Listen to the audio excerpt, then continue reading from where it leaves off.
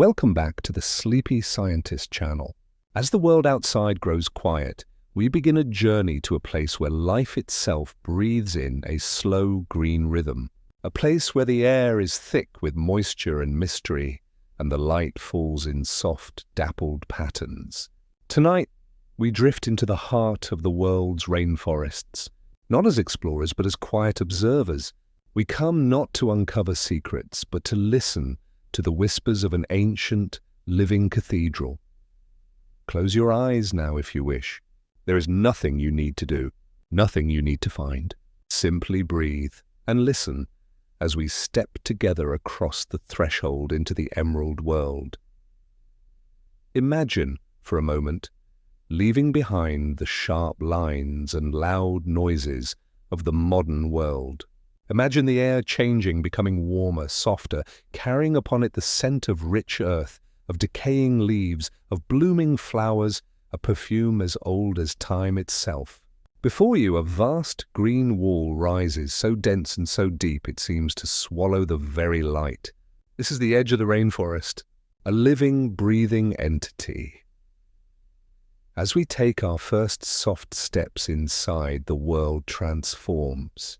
The sounds of the outside fade, replaced by a new, more ancient symphony. It is not a silence, but a hush, a profound breathing quiet filled with 1,000 subtle sounds that somehow, together, create a deeper peace. It is the sound of life resting, the distant, gentle drip of water from a leaf, the soft rustle of a creature high above, moving through a world of leaves, the low humming buzz of insects like the forest's own tranquil meditation. This is the rainforest's true nature. Not a chaotic jungle, but a cathedral. Its pillars are the trunks of immense trees draped in robes of velvet moss and tangled vines, reaching up towards a ceiling so far away it might as well be the sky. And high above, the canopy forms the great arched roof of this green sanctuary. Sunlight does not blaze here on the forest floor. It filters down. It trickles through layers of leaves, each one softening its glow, until it arrives as a shimmering green-gold light, dancing in motes and beams that illuminate the stillness. It is a light that seems to hum, a visual lullaby that invites the soul to rest. Beneath our feet, the ground is soft. It is a thick, spongy carpet of fallen leaves, petals and twigs, all in various stages of returning to the earth. This is the forest's memory. With every step, we walk upon generations of life that have flourished and faded, each one contributing to the rich, dark soil that feeds the future. The air itself feels alive here. It is heavy with moisture, a gentle mist that kisses the skin and nourishes every surface it touches, making the mosses glow a brilliant, almost unreal green. This constant, gentle moisture is the breath of the forest. It rises from the soil with the morning sun and falls again with the evening rain, in a cycle as regular as our own breathing. It is this rhythm that sustains the immense quiet vitality of this place. There is no hurry here. Growth is patient, measured not in days but in decades and centuries. A single plant may spend years gathering the energy for one magnificent bloom. A tree may take a century to reach the light. The rainforest teaches us the profound power of patience, of stillness, of simply being and growing at one's own natural pace. As we sit in this quiet space, let us consider the life that thrives in this hush. It is not the loud, dramatic life of the savanna or the open ocean. It is a life of subtlety and connection. A butterfly, its wings the color of dried leaves, settles on a branch and vanishes. A line of ants, a living, flowing river of purpose, moves in a silent procession over a root. A fungus, like a delicate, pale shelf, emerges from the bark of a tree, a quiet architect of decay and rebirth. Every single element in this cathedral is connected. The fungus to the tree root, the ant to the leaf it carries, the butterfly to the flower it once visited, the rain to the river to the mist, It is a vast, intricate web of existence where nothing stands alone and every breath is part of a shared, gentle rhythm. To be here is to feel that connection, to remember that we too are part of a vast, living network breathing the same air, sustained by the same cycles of water and life. So, as we prepare to journey deeper in the chapters to come, let this first image cradle your mind, a place of green-gold light, a symphony of soft sounds, a carpet of memories underfoot, air thick with the breath of life. This is our sanctuary. This is the rainforest's embrace. There is no need to hold on to any single thought. Let them come and let them go like leaves drifting on a slow-moving river. The facts and stories we will share are not meant to be memorized, but to be felt. They are like the gentle drops of rain that eventually soak into the forest floor, nourishing the quiet places within you. For now, just breathe, in and out. And with each breath, imagine you are breathing in the calm, moist, fragrant air of the Emerald Cathedral.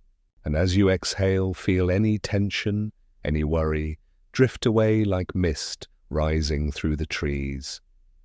Rest here, in the hush. There is all the time in the world. Let your mind now drift upwards on a soft, warm current of air. The deep emerald shadows of the forest floor recede below, and you are rising into a world of light and leaf. You are entering the canopy, the sun-drenched living ceiling of the rainforest.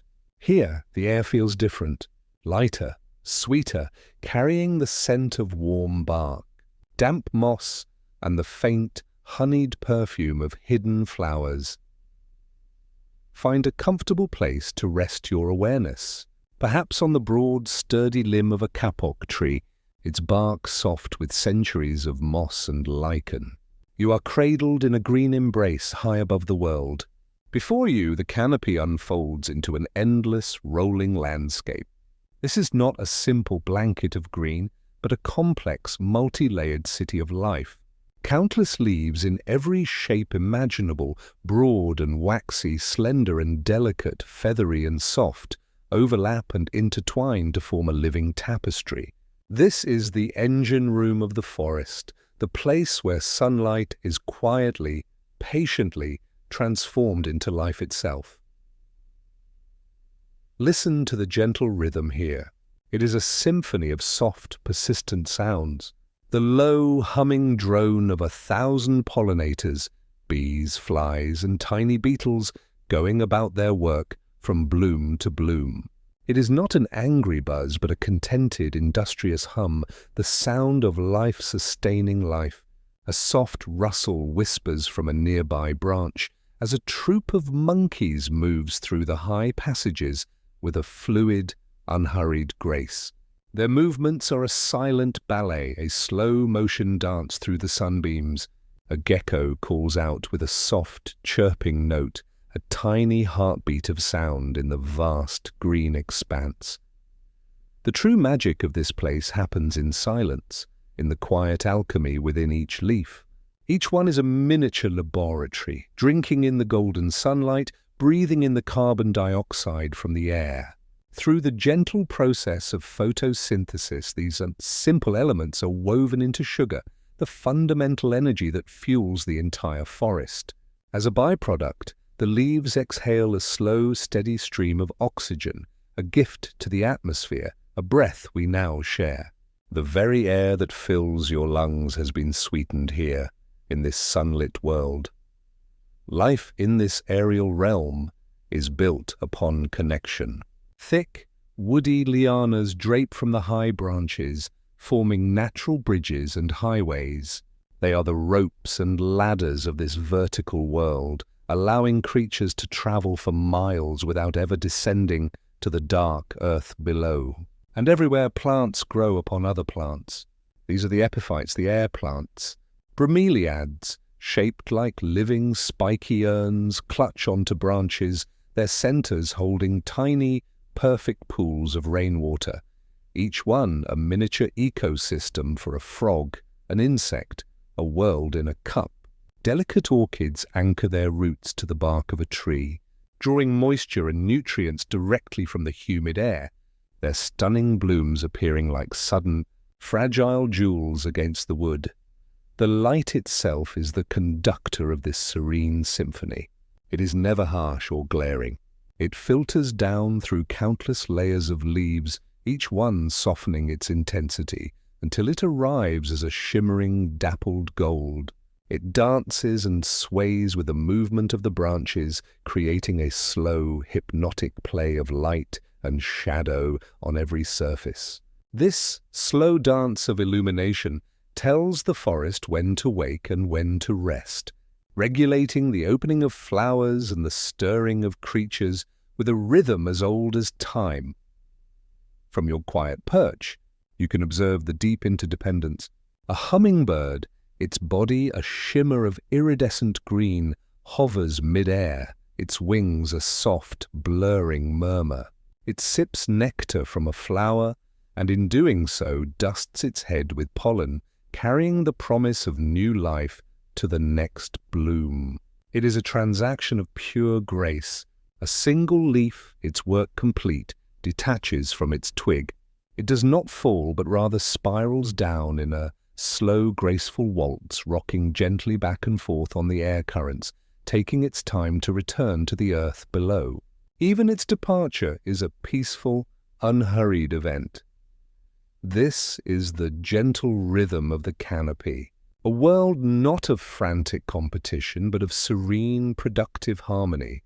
It is a lesson in community, in building a life upon the support of others, and in turning simple, daily sunlight into sustained and vibrant existence. So, as you rest here, let your thoughts be the leaves, gently absorbing the peace of this high green world. Let your breath be the soft breeze that rustles through the branches. There is no need to climb or to strive. You are already here, cradled in the light, listening to the quiet, persistent hum of life, simply being. Breathe in the light, breathe out the stillness, and rest in the gentle rhythm of the canopy.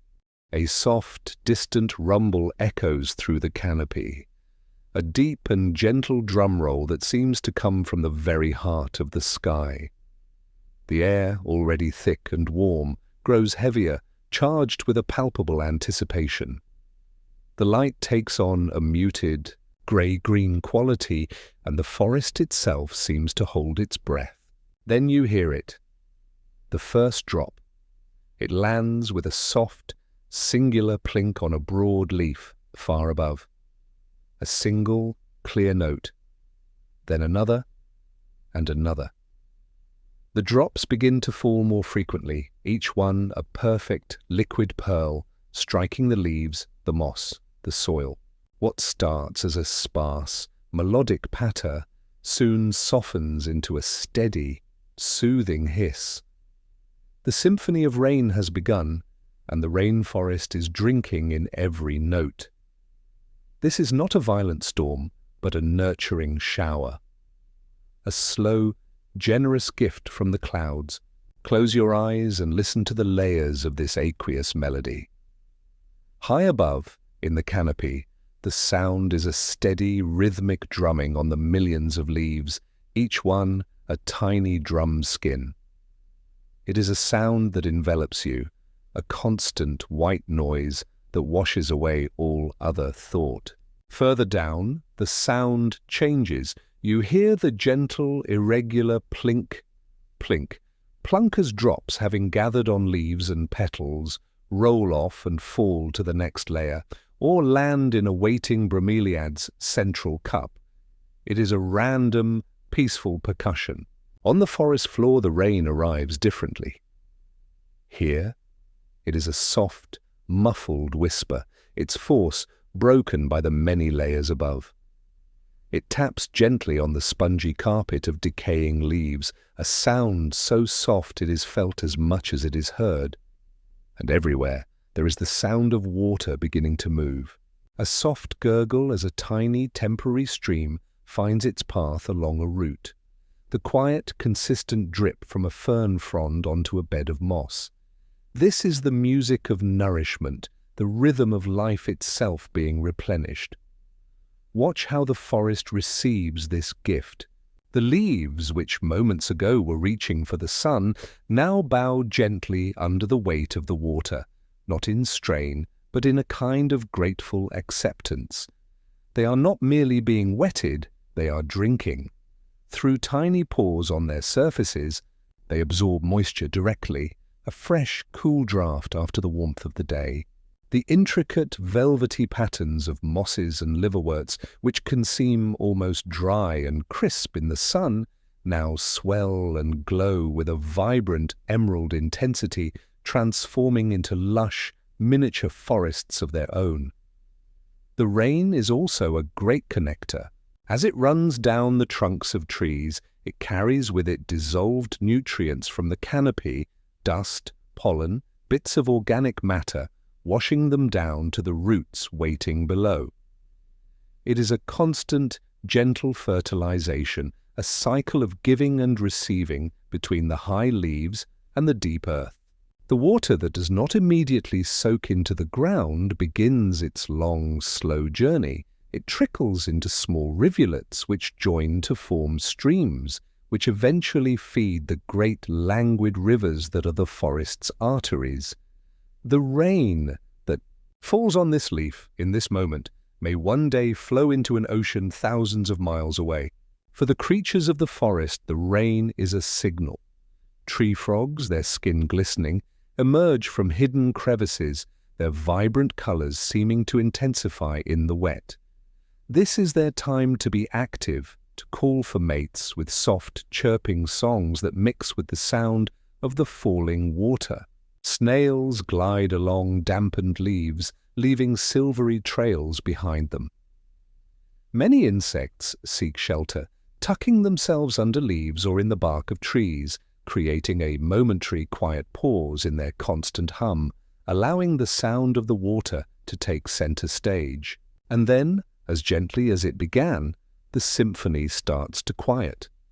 The steady hiss softens back to a sparse, melodic patter. The drumming on the leaves overhead becomes irregular, then ceases. A last, crystal-clear drop falls from the tip of a leaf, landing with a final resonant plink in a pool below. The forest is left dripping, shimmering, and utterly refreshed. The air is washed clean, filled with the rich, sweet, and deeply comforting scent of petrichor, the smell of earth after rain. It is one of the most ancient and calming scents on earth, the perfume of a world renewed.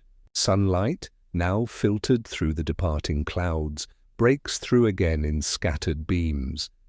It catches on the countless droplets of water clinging to every surface, to spiderwebs, turning them into necklaces of diamonds, to the edges of leaves, creating countless tiny prisms, to the delicate petals of flowers making them gleam. The entire forest is bejeweled, glittering, and radiant in the aftermath. This is the true purpose of the rain. It is not an interruption, but a vital part of the forest's rhythm. A slow, deep drink, a gentle bath, a cycle of cleansing and rebirth that has repeated itself for eons. It is the forest breathing in, swelling with life and potential. So as you rest, let your mind be this forest after the rain. Feel a sense of deep, quiet nourishment. Let every sound you hear, the distant drip of water, the gentle sigh of the wind, be a note in this peaceful symphony. Your breath is the soft, moist air. Your stillness is the patient, glistening forest simply being perfectly refreshed. Breathe in the cool, clean air. Breathe out a sense of deep, quiet gratitude. And rest, cradled in the gentle, dripping peace of the rainforest after the rain. Beneath the soft, spongy carpet of the forest floor, in the cool, dark silence of the earth, a secret dance is taking place. A dance so slow, so ancient, and so vital that the entire rainforest above depends upon its quiet rhythm. This is not a dance of light and sound, but one of touch and chemistry. This is the hidden symbiotic embrace between the roots of trees and a vast, unseen network of fungi, Let your awareness drift downward now, past the fallen leaves through the rich, dark humus, into a world of stillness and connection. Here, in the absence of light, life operates on a different scale, a patient, deliberate negotiation between kingdoms. The great trees, which seem so independent and mighty in the world above, are not solitary giants. Their roots do not simply suck nutrients from the soil. Instead, they extend a biological invitation. Imagine the finest, most delicate rootlet of a towering kapok tree, no thicker than a human hair. Now picture an equally delicate fungal thread, a hypha, white and translucent, seeking its way through the soil. They meet. Instead of rejection, there is recognition. The fungal thread gently wraps around the rootlet, or sometimes even enters its cells, forming an intricate, living glove. This union has a name, mycorrhiza. It means fungus root. It is a partnership forged over hundreds of millions of years.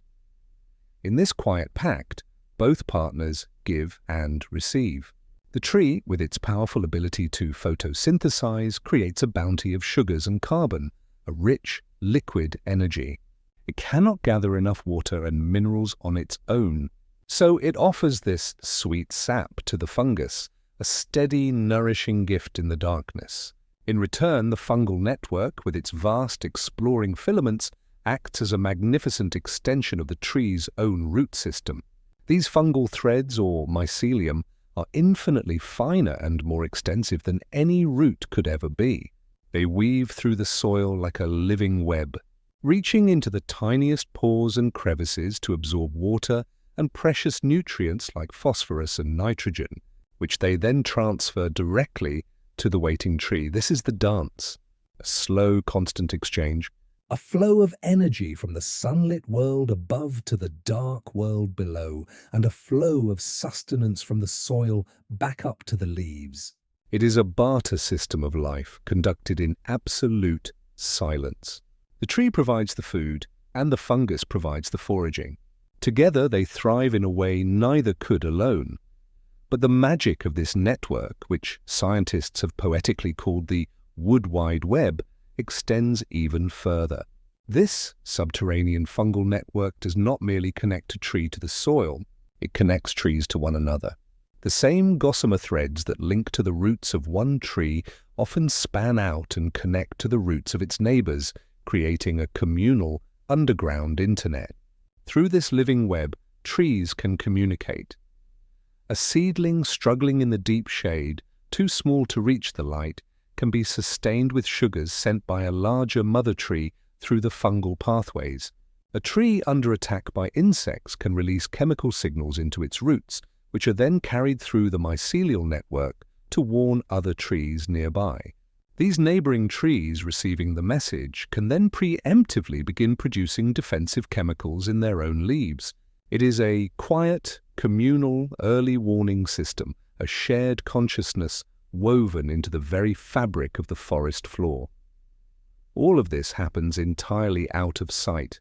The only hints we have of this vast cooperative society are the fleeting fruits it sends forth, the mushrooms that emerge after a rain. A cluster of delicate white mushrooms at the base of a tree, a shelf fungus protruding from a log, a lone crimson-capped amanita rising like a fairy tale sculpture from the leaf litter. These are merely the temporary, reproductive structures of the vast, hidden fungal organism below. Brief and beautiful whispers of the immense, silent conversation happening under our feet. This hidden dance is a profound lesson in interdependence. It teaches us that what appears to be separate on the surface is often intimately connected below. Strength, it seems, is not always about standing alone, but about being part of a supportive, nurturing community. The forest is not a collection of individual plants competing for light. It is a superorganism, a collaborative enterprise linked by threads of mutual care and silent conversation. So, as you rest, let your mind sink into this quiet, dark, peaceful world. Imagine yourself as a single rootlet, resting in the cool, nurturing soil, held and supported by an endless, gentle web of connection. There is no need to strive for anything. All nourishment, all communication, all support flows effortlessly through these silent pathways. Feel a sense of deep-rooted belonging. You are not alone. You are part of a vast, quiet network, a tapestry of giving and receiving that sustains the entire world above. Breathe in and feel the gentle flow of sustenance. Breathe out and offer a quiet gift of gratitude into the network. And in this deep, dark, silent connection, find your peace. Rest, cradled in the quiet, symbiotic embrace of the forest. High in the sun-dappled canopy, where the pace of life hums with the steady rhythm of wings and the rustle of leaves, there exists a creature that has mastered the art of stillness. While the world moves in a blur of activity around it, this being has chosen a different path, a path of profound slowness. It is the sloth, and its existence is a gentle, living meditation on the power of moving at your own natural pace. Let your gaze soften and drift upward to the high, tangled branches of a cecropia tree. There, nestled in a fork where a branch meets the trunk, you might see one. At first, it could be mistaken for a termite nest or a peculiar knot in the wood. But then you notice the slow, deliberate curl of a clawed foot. You see the gentle rise and fall of its coarse, grooved fur. This is no inanimate object, but a life burning at its own serene, unhurried tempo.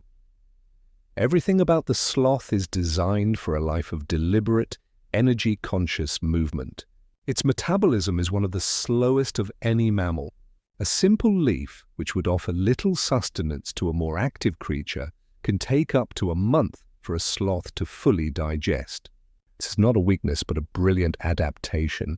In a world where high-energy fruits and quick prey are fiercely competed for, the sloth has found its niche in abundance.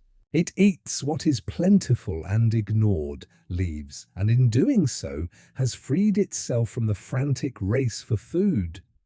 Watch one as it decides to move. There is no sudden jerk, no burst of speed.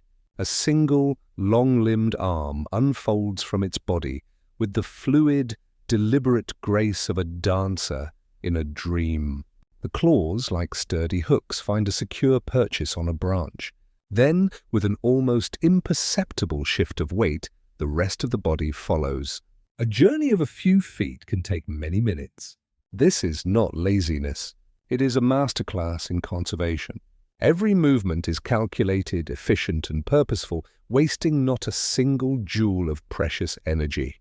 In its slow-motion world, haste is not only unnecessary, but wasteful. Its slowness has become its greatest camouflage. By moving so little, it avoids catching the sharp eyes of predators like harpy eagles and jaguars. Its fur, a quiet grey-brown, aids in this disguise, but it offers an even more remarkable form of protection. The grooved hairs of a sloth's coat are a thriving ecosystem in themselves, hosting colonies of symbiotic algae. This algae gives the sloth's fur a subtle greenish tint, allowing it to blend seamlessly into the canopy, as if it were just another patch of moss or lichen. A creature that is quite literally green with life. This slow life even extends to its rest. A sloth spends up to 20 hours a day in a state of sleep or profound rest, its body curled, its head tucked, its breathing slow and steady. Its heartbeat is a soft, slow drum, a quiet rhythm that echoes the patient pulse of the forest itself. While other animals exhaust themselves in the daily struggle for survival, the sloth has achieved a state of near-perfect equilibrium with its environment. It does not fight the world. It simply exists within it in perfect harmony. Perhaps the most telling ritual of the sloth's life is its weekly journey to the forest floor. Once a week, driven by an ancient instinct, it will make the slow, perilous descent from its safe canopy home down to the base of its tree. There, it will dig a small hole, relieve itself, and carefully cover the waste before beginning the long, slow climb back up. This is the most vulnerable moment of its life, and it performs the entire ritual with the same unshakable, deliberate slowness. It is a testament to its philosophy. Even in danger, there is no need for panic. There is only the next slow, deliberate movement. The sloth's existence is a quiet rebellion against the modern cult of speed and productivity. It does not measure its life in miles traveled or prey captured, but in sunsets witnessed from the same branch, in the slow digestion of a single leaf, in the gentle passing of days marked only by the shifting light. It has discovered that survival is not always about being the fastest or the strongest. Sometimes, the ultimate secret to survival is to be so slow, so quiet, and so perfectly in tune with your surroundings that the world simply forgets you are there, allowing you to live in a state of peaceful, suspended animation. So as you rest now, let your mind adopt the spirit of the sloth. Let your thoughts slow to a gentle, meandering pace. Let your breathing become deep, slow, and deliberate. Feel the weight of hurry and urgency simply melt away, as if you haven't the energy for such things. There is no destination to reach, no task to complete with haste. Your only purpose in this moment is to be, to rest, to exist in a state of peaceful, conscious stillness. Imagine yourself cradled in the strong, gentle arms of a tree, safe and unseen. The world can buzz and flutter around you, but you are anchored in your own quiet rhythm. Your heartbeat is a soft, slow drum. Your breath is a gentle breeze. There is nowhere to go and all the time in the world to get there. Breathe in slowly. Breathe out even slower. And in this expansive, slow-motion peace, find a deep and lasting rest. In the sunlit galleries of the canopy where flowers bloom like delicate ornaments, a flicker of impossible color darts through a beam of light. It is not quite a bird and not quite an insect, but something in between, a living fragment of a stained glass window brought to life. This is the hummingbird, a creature that seems to defy the very laws of physics in its pursuit of nectar and its embodiment of iridescent beauty. To witness a hummingbird is to witness a miracle of energy and precision. Find a comfortable spot in your mind's eye near a cluster of vibrant trumpet-shaped flowers. The air is warm and still. Then you hear it, a soft, low-pitched hum, like the distant vibration of a plucked string. Suddenly it appears. A tiny, shimmering form materializes in mid-air, suspended as if by an invisible thread. Its wings are a blur, beating so fast, up to 80 times per second, that they become a faint, misty halo around its body. This is the source of the hum, the sound of air being sliced into submission. This hovering is its greatest marvel. No other bird can hold itself so perfectly, so motionlessly in still air. It can fly forward, backward, straight up or straight down with the same effortless control. Watch as it positions itself before a flower, its long, slender beak a perfect probe for the sweet nectar within. Its body remains perfectly steady, a feat of aerial engineering that requires an immense output of energy.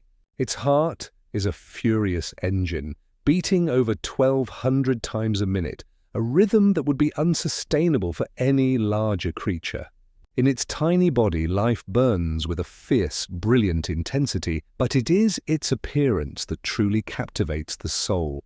The hummingbird is not painted with pigment in the way a cardinal or a blue jay is. Its glory lies in iridescence. Its feathers are structured like microscopic prisms, covered in tiny, air-filled platelets that refract and scatter light.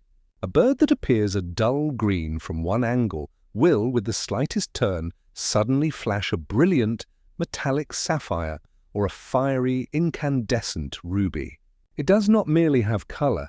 It wears light itself as its garment. It is a living jewel, its beauty conditional on the angle of the sun and the perspective of the beholder, a fleeting, personal spectacle. This dazzling display is not merely for our pleasure, In the world of the hummingbird, color is a language. The sudden, brilliant flash of a gorget, the patch of feathers on its throat, is a signal. To a rival male, it is a shimmering threat, a warning to stay away from a prized patch of flowers. To a potential mate, it is a dazzling courtship display, a proof of vitality and health. The hummingbird communicates not with song, but with captured sunlight.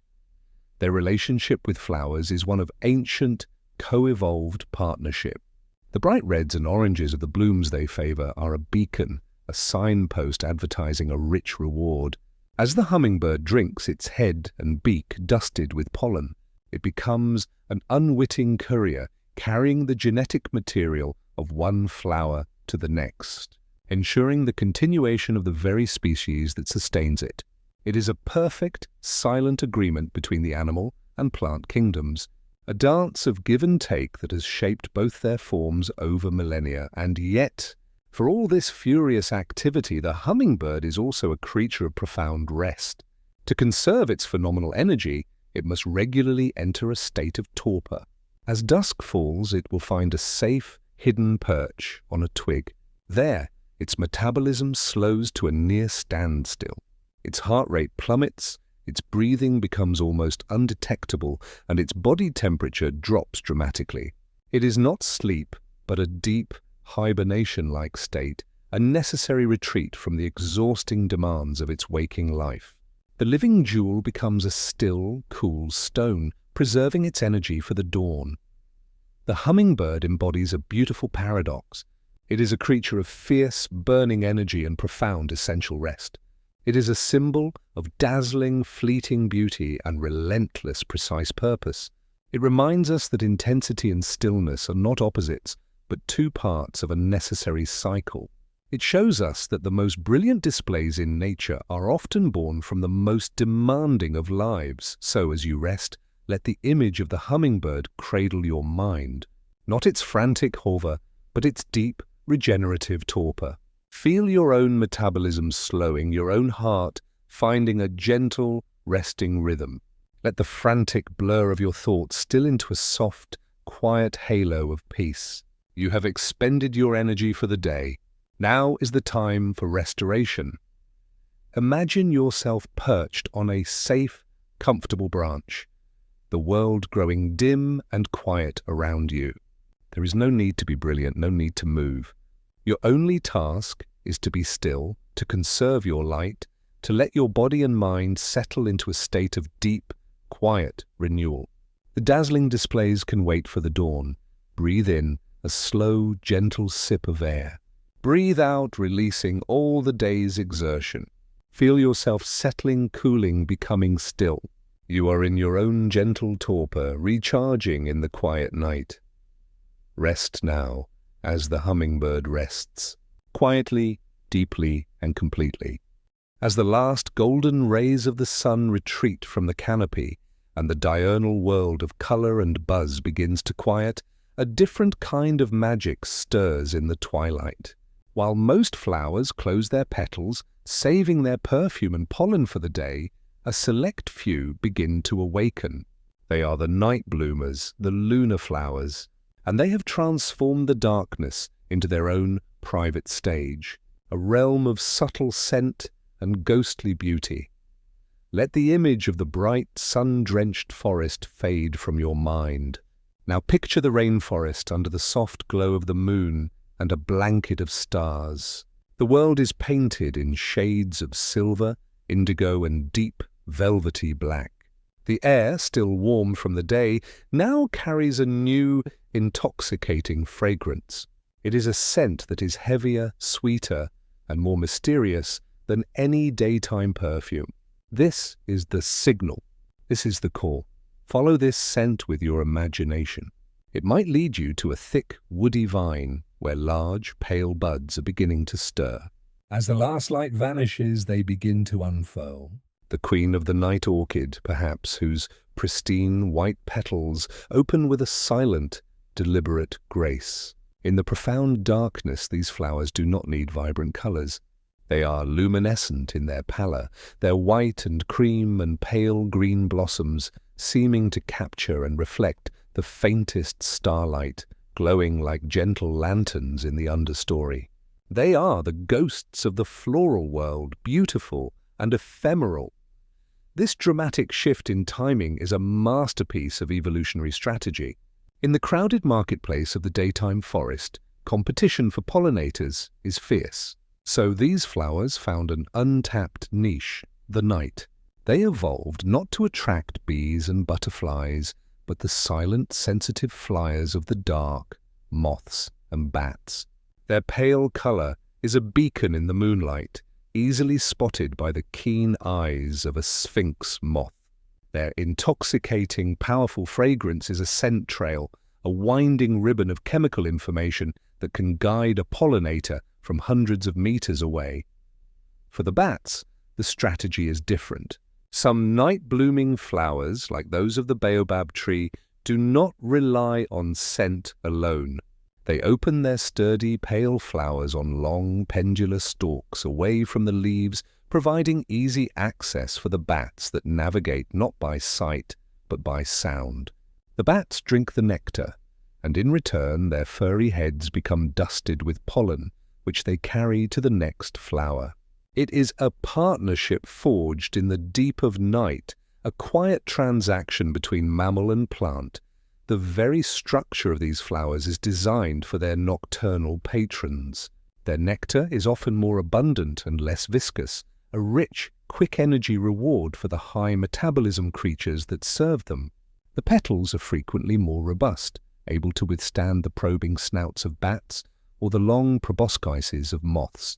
Some even generate a faint warmth as they bloom, a thermal signal that helps guide their cold-blooded pollinators through the cool night air. Witnessing the bloom itself is a lesson in profound patience. It does not happen in a rush. A bud that has been tightly coiled all day will begin to loosen its grip. Slowly, almost imperceptibly, the sepals will peel back. A single petal may begin to curl outward, taking an hour or more to fully extend. The entire process is a slow, silent ballet, a performance with no audience but the moon and the waiting night.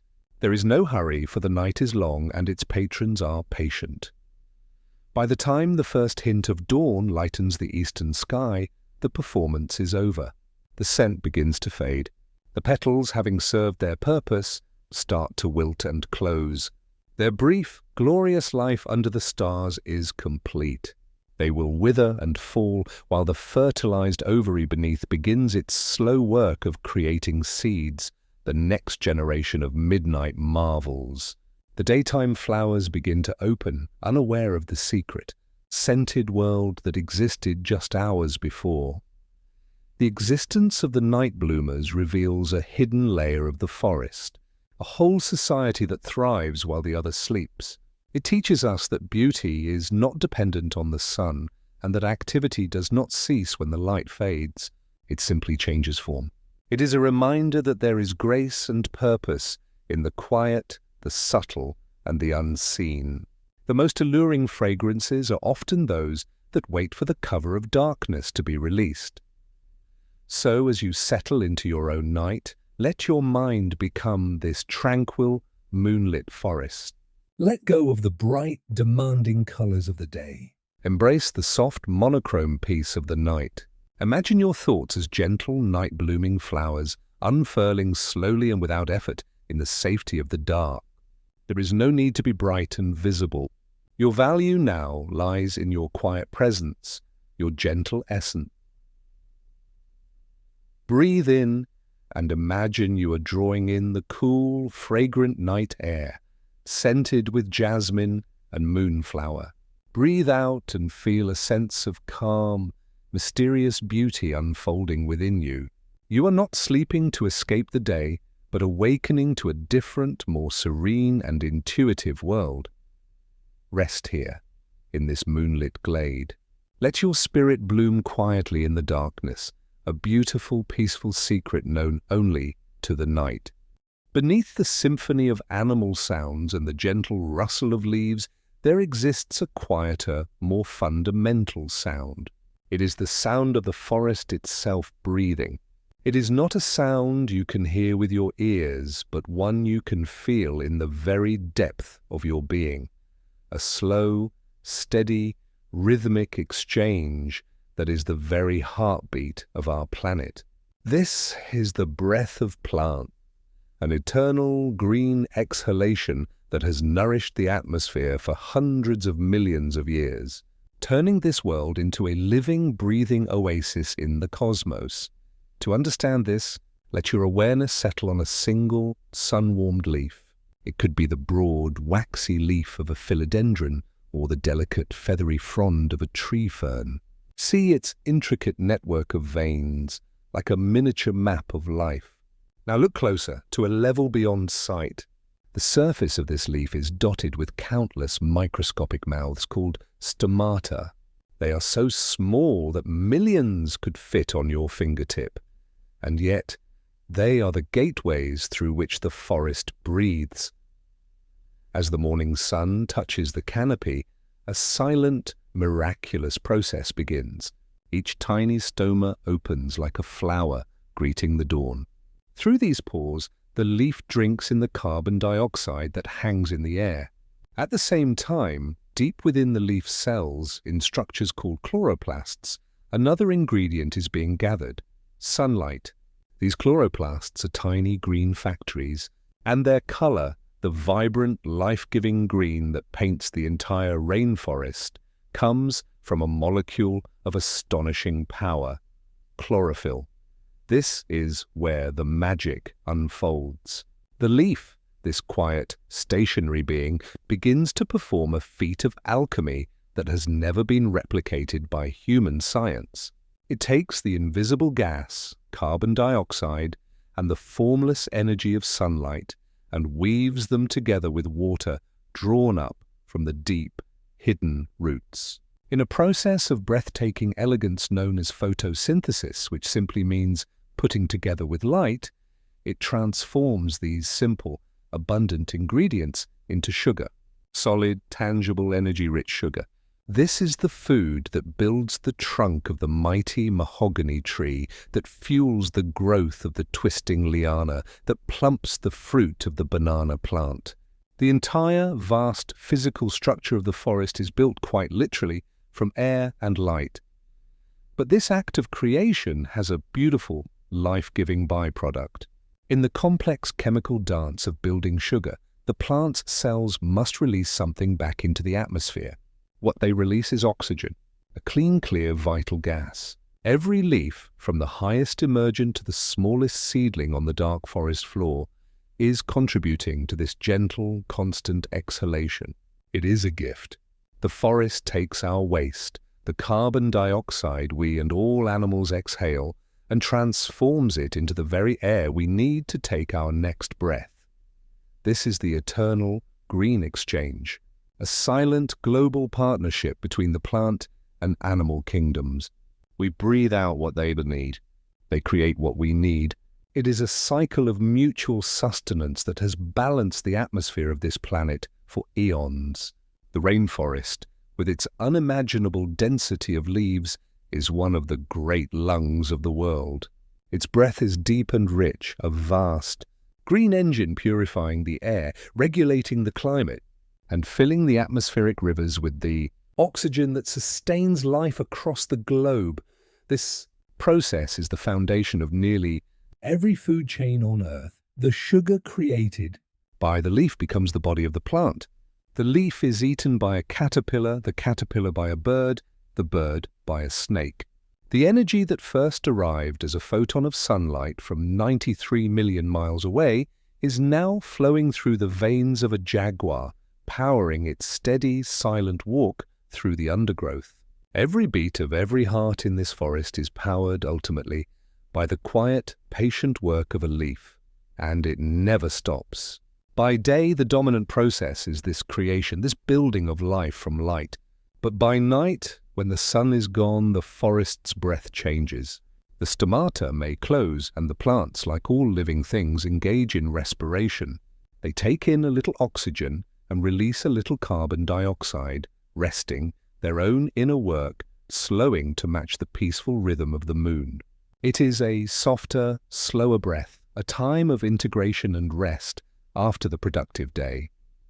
So, as you breathe now, become aware of this eternal green partnership. The air filling your lungs is a gift from the canopy. With every inhalation, you are receiving the gentle, life-sustaining exhalation of the forest. With every exhalation, you are offering back the fundamental ingredient for its growth. You are not separate from this green world. You are in constant, intimate conversation with it. Let your own breathing slow and deepen to match this ancient, vegetative rhythm. Breathe in the gift of the leaves. Breathe out a silent offering of gratitude. Feel this exchange not as a biological fact, but as a sacred connection. You are linked, breath by breath, to every leaf, every fern, every towering tree in the eternal, green embrace of the world. Rest in this knowledge. You are being breathed by the forest. There is no more profound peace than this. Above the dense, interwoven ceiling of the canopy, in a world of boundless sky and full-force sunlight, stand solitary sentinels. They are the emergent trees, the gentle giants of the rainforest. While the canopy below forms a continuous collaborative blanket, these titans rise above it all, their massive crowns standing apart, weathering the elements in a serene, solitary majesty. They are the elders of the forest, and their existence is a testament to the power of quiet strength and deep-rooted resilience. Let your mind's eye now rise above the green sea of the canopy. The air feels different here. It is cooler and moves with more purpose, caressing the highest leaves with a steady, gentle breeze. The light is not the dappled gold of the understory, but the brilliant, unfiltered radiance of the sun. And here, with their feet planted in the same soil as all the others, but their heads held in a different realm, are the giants. The kapok, the Brazil nut, the dipterocarp. Their trunks are immense, buttressed by great, flowing walls of wood that anchor them against the storms. Like the flying buttresses of a natural cathedral, to stand at the base of such a tree is to feel a profound sense of scale, both of space and of time. Its trunk is so vast that a dozen people with outstretched arms could not encircle it. The bark is textured with the history of centuries, deep grooves, patches of moss, and trailing lianas that hang down like ropes from the sky. These trees are not merely old, they are ancient. Many were already mature when the first European ships set sail across the oceans. They have witnessed generations of life come and go in the world below, their perspective measured not in years, but in centuries. Life at this height is different. The emergent tree is exposed. It feels the full force of the sun's rays, the full strength of the wind, the full impact of the torrential rains. To survive here, it has had to grow incredibly strong. Its leaves are often smaller, thicker, and more leathery than those in the shaded canopy, adapted to withstand the harsh sunlight and prevent water loss. Its branches are gnarled and sturdy, shaped by a lifetime of resisting the weather. This is not a sheltered existence, but one of quiet endurance. From this vantage point, the tree becomes a world unto itself. Its high, sprawling branches host a unique ecosystem. Epiphytic plants, orchids, bromeliads, ferns, find a home in the crevices of its bark, their roots not harming the giant, but merely using it as a foundation. Birds of prey, like the majestic harpy eagle, build their massive nests in its strong forks, surveying their kingdom from the safest perch in the forest. The tree offers its body as a sanctuary, a platform for life in the sky, without asking for anything in return. Its greatest contribution, however, is one of connection. The emergent tree acts as a bridge between the earth and the sky. Its deep, extensive root system draws up water and nutrients from far below the surface. Its immense height allows it to capture the abundant sunlight that the lower layers cannot reach. The energy it creates fuels not only its own colossal growth, but also through the slow decay of its fallen leaves and branches, trickles down to nourish the entire forest community below. It is a silent benefactor, a pillar of the ecosystem. There is a profound silence that surrounds these giants. The constant hum of the canopy is distant here, replaced by the sound of the wind whispering through the highest leaves, a soft, sibilant sigh. The chatter of monkeys and the calls of birds are muted, rising up as faint echoes from a world far below. To be in the presence of such a tree is to be enveloped in a deep, resonant peace. It carries a palpable energy of stability, of having seen countless storms and yet remaining unshaken, its roots gripping the earth with an unbreakable hold. These gentle giants teach a lesson in quiet presence. They do not strive to outcompete their neighbors in the frantic way of the understory. They simply grow slowly and surely, reaching for the light, building their strength year by year, century by century. Their strategy is not speed, but persistence. Their power lies not in aggression, but in an unassailable, deep-rooted stability. They remind us that true strength is often silent, and that the greatest impact one can have is sometimes simply to stand tall and provide shelter and sustenance for the world around you. So, as you rest now, imagine yourself as one of these gentle giants. Feel your own roots extending deep, deep into the earth, drawing up a sense of stability and calm. Feel your trunk strong and steady, able to withstand any emotional wind or storm. Let your thoughts be the high, sunlit leaves, breathing in peace and exhaling stillness. There is no need to strain or struggle. Your growth is a patient, inevitable process. You are not in a race. You are simply becoming steadily and surely. Your presence alone is a sanctuary, a source of quiet strength. Breathe in and feel the sun on your crown. Breathe out and share that nourishing energy with the world around you. Rest in your own majestic, unshakable peace. You are grounded. You are strong. You are home. Beneath the vibrant, sun-drenched canopy and above the deep, dark floor exists a world of filtered light and quiet mystery. This is the understory, a layer of the rainforest bathed in perpetual twilight, where the air is still, the colors are muted, and life moves with a patient, deliberate grace. It is a realm of soft shadows and gentle transitions, a sanctuary for those who find their strength not in the glare of the sun, but in the comfort of the half-light. Let your awareness now descend from the bright heights of the emergent trees, down through the bustling canopy and into this tranquil middle world. The light here is a soft green gold filtered through countless layers of leaves above. Sunbeams no longer fall as distinct shafts, but diffuse into a gentle, luminous haze, illuminating the air itself. It is a light that seems to hum with a quiet energy, a muted glow that casts no harsh shadows, only soft, blurred edges. The world feels closer here, more intimate. The sounds of the canopy are distant, replaced by a profound breathing silence, punctuated by the occasional soft drip of water from a leaf. This is a world of giants in waiting. The understory is the nursery of the forest, filled with the young saplings of mighty trees. They stand in patient queues, their growth slowed to a crawl as they wait for a rare event, a gap in the canopy above, created by a fallen branch or an old tree reaching the end of its life. When that moment comes, a shaft of true sunlight will pierce the gloom and touch the forest floor. The waiting sapling, having conserved its energy for years, will then explode into growth, racing upward to claim its place in the sun. But until then, it waits, a lesson in profound patience. The plants that call the understory home permanently have mastered the art of living with less. Their leaves are often large and broad, like the elegant heart-shaped leaves of the philodendron, or the sprawling fans of the understory palm.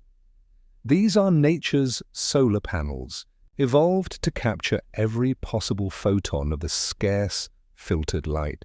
Many have deep dark green leaves rich in chlorophyll to maximize this efficiency.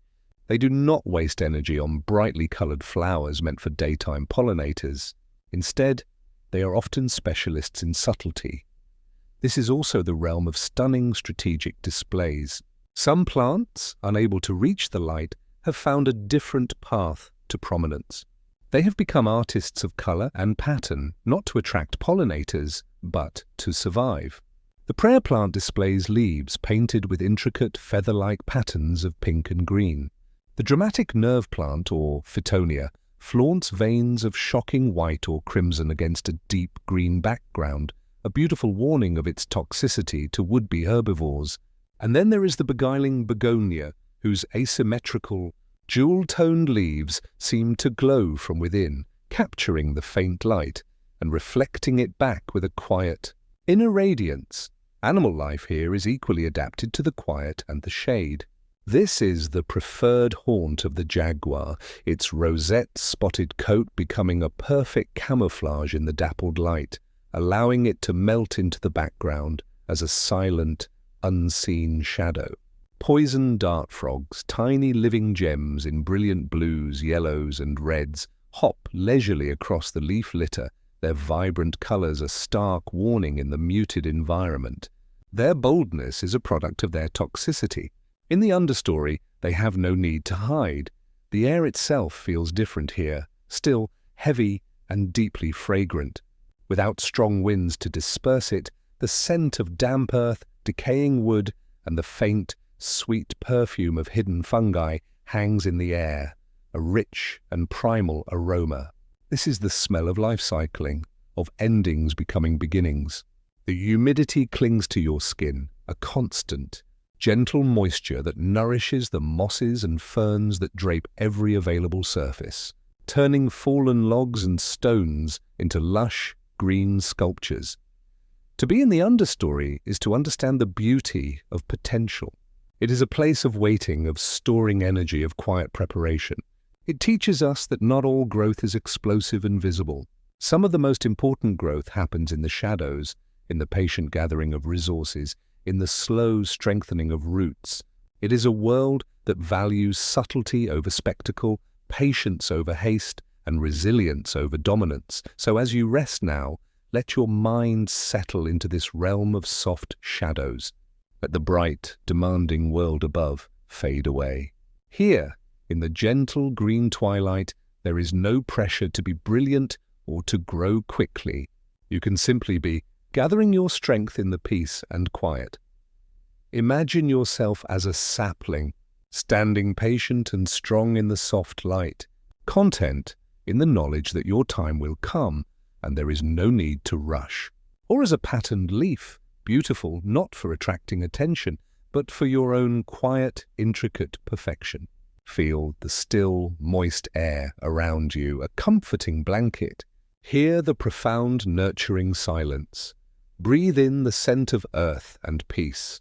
Breathe out all urgency. You are in the hidden world, the realm of soft shadows, where patience is power and stillness is growth.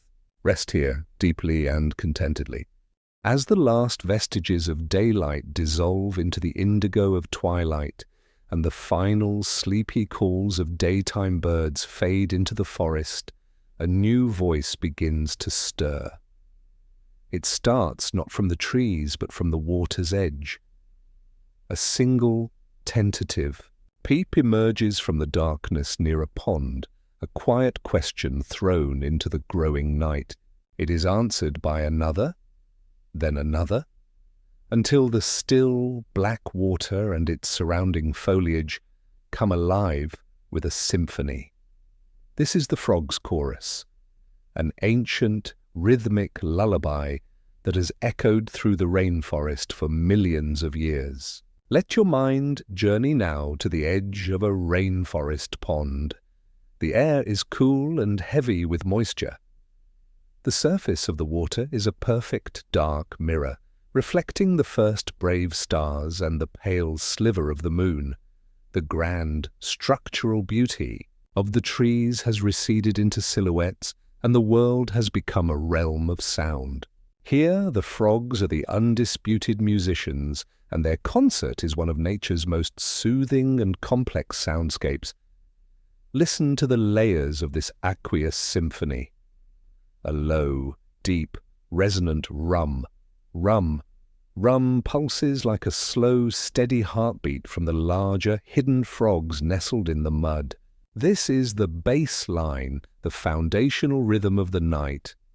Over this, a chorus of mid-range chirps and trills weaves a tapestry of sound, thousands of individuals creating a shimmering, metallic ringing that seems to vibrate in the very air.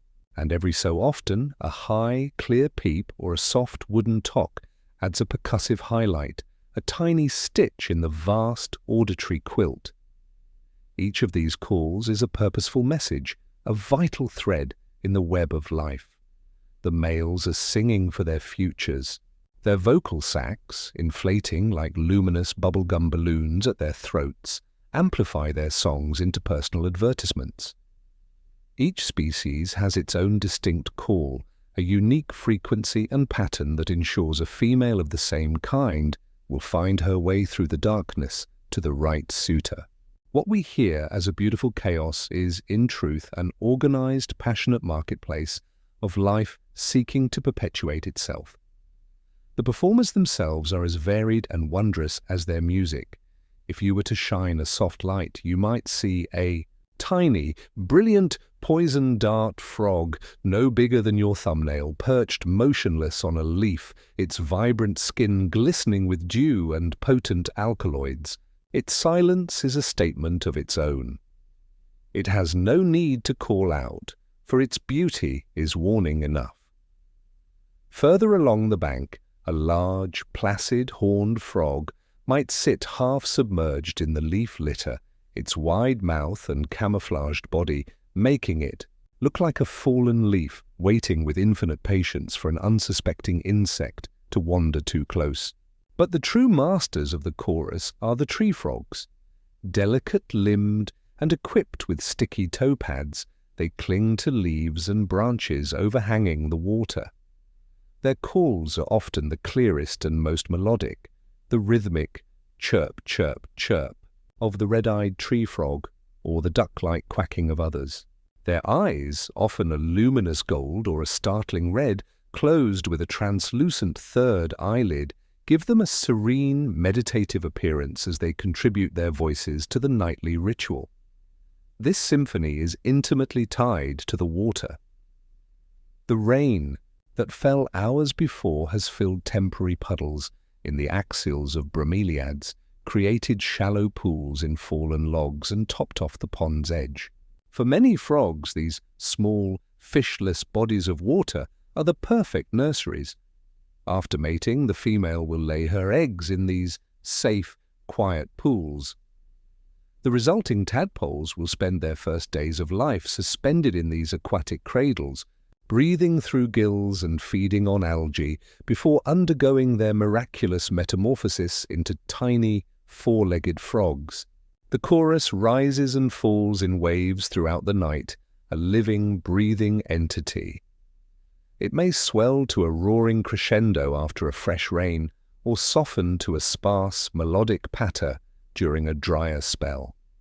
It is the sound of the forest hydrating, of life celebrating the essential, life-giving presence of water. It is a sound that has remained unchanged since the age of the dinosaurs, a direct sonic link to a primeval world. As the night deepens and the moon climbs to its zenith, let this chorus become your lullaby. Do not focus on any single call, but let the entire symphony wash over you. The deep, pulsing croaks are a rhythm for your heartbeat to follow, slowing it to a restful, nocturnal pace. The shimmering trills are a blanket of sound to wrap around your mind, quieting the internal chatter. The occasional clear peep is a gentle anchor, bringing your focus back to the present moment whenever it wanders. Breathe in and imagine you are drawing in the cool, damp air of the pond side. Breathe out and feel yourself merging with the rhythm of the night.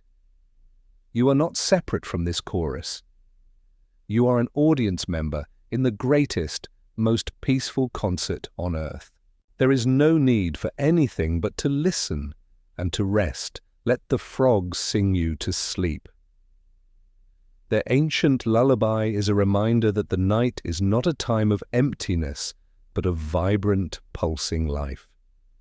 It is a promise that the world is still alive and watching and singing, allowing you to surrender completely to your own rest.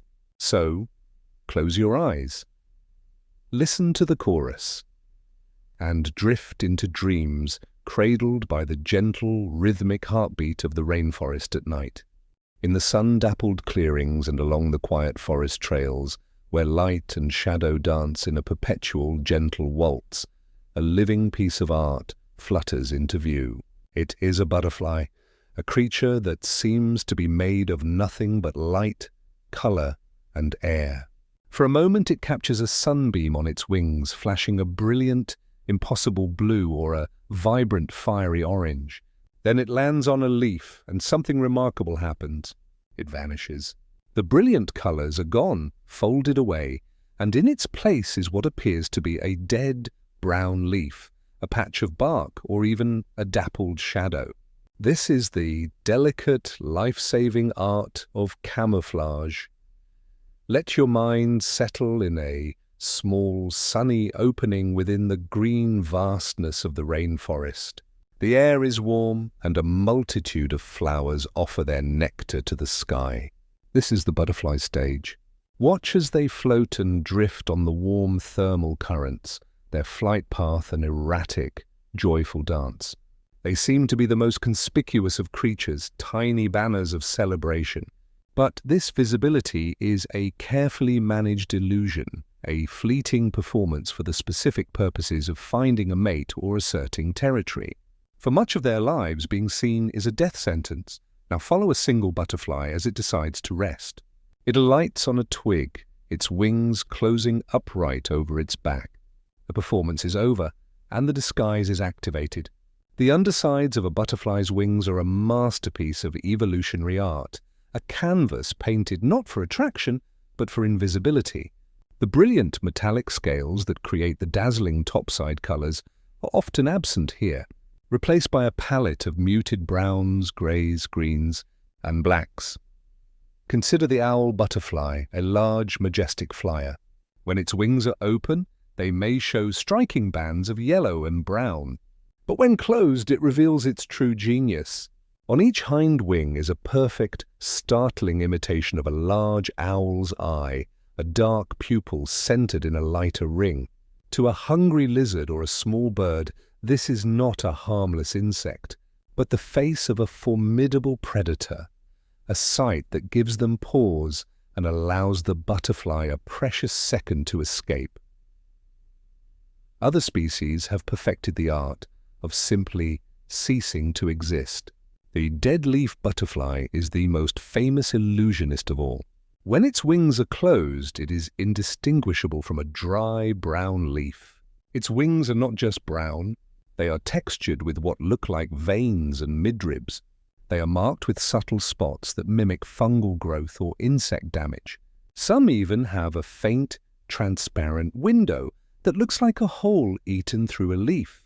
Every detail is meticulously crafted to deceive the eye. It does not hide. It becomes its background so completely that a predator can look directly at it and see nothing but the forest floor. This transformation from vibrant artist to invisible ghost is a matter of survival. The rainforest is filled with sharp-eyed hunters, birds, lizards, frogs, and spiders, all of whom would see a brightly colored stationary butterfly as an easy meal. Camouflage is the butterfly's primary defense, a way to rest, digest, and wait out dangerous periods without being detected. Their delicate wings are not just for flight, they are their shield, their sanctuary, their cloak of invisibility. But the need for camouflage begins even before they have wings. The caterpillars, soft and vulnerable, are masters of disguise in their own right. Some look like bird droppings, a universally unappetizing disguise. Others are the exact shade of green as the leaves they feed upon, with faint, white lines that mimic the leaf's veins. They practice the art of stillness, knowing that movement betrays their presence. Their entire existence is a lesson in patience and perfect imitation. This delicate balance between being seen and being hidden is the central story of the butterfly's life. It must be bold enough to find a mate and ensure the next generation, yet cautious enough to live long enough to do so. Its beauty is both a beacon and a burden. Its greatest trick is knowing when to display its splendor and when to fold it all away and become one with the quiet, inanimate world. So as you rest, let the butterfly's wisdom guide you. There is a time for color, for flight, for joyful expression. And there is a time for stillness, for quiet blending, for retreat. Imagine your own thoughts and worries as the bright, fluttering colors of the butterfly's upper wings. Now gently, softly allow them to fold closed. Let the vibrant, busy patterns recede and reveal the quiet, neutral undersides. There is no need to be seen, to be bright, to be active. Feel yourself settling into a state of perfect camouflage. You are blending into the peaceful background of the night. You are a still, brown leaf on a vast tree, a dappled shadow in a sunlit glade. Nothing can find you here. Nothing demands your attention. You are safe, hidden, and at rest. Breathe in, a slow, gentle breath that causes no stir. Breathe out, a soft sigh of release. You have folded your wings for the night. There is no need to fly. There is only the peace of being perfectly, delicately hidden. Rest in this beautiful invisibility. On the sun-warmed floor of the rainforest, a moving river of green flows steadily along a well-trodden path. This is not water, but a procession of thousands of leafcutter ants, each one carrying a piece of a leaf many times its own size, fluttering like a tiny green sail above its head. They are the foragers of a vast hidden city, and their ceaseless, orderly work is a testament to one of the most complex and peaceful societies on Earth. Let your awareness drift down to the forest floor, to the side of this flowing green river. Watch the individuals. They move with a purposeful, unhurried determination. There is no jostling, no confusion. Each ant knows its role. The larger soldiers patrol the edges of the column. Their powerful jaws are deterrent to any potential threat, while the smaller workers march in the center, their leafy burdens held aloft. The path they follow is a cleared highway, a smooth line worn into the soil by the passage of millions of tiny feet. The sound is a soft, dry rustle like distant, gentle rain, a soothing rhythm of quiet industry. If you were to follow this river upstream, it would lead you to a tree where a continuous stream of ants ascends the trunk, each one using its sharp mandibles to snip a precise crescent-shaped fragment from a leaf. They do not eat these leaves.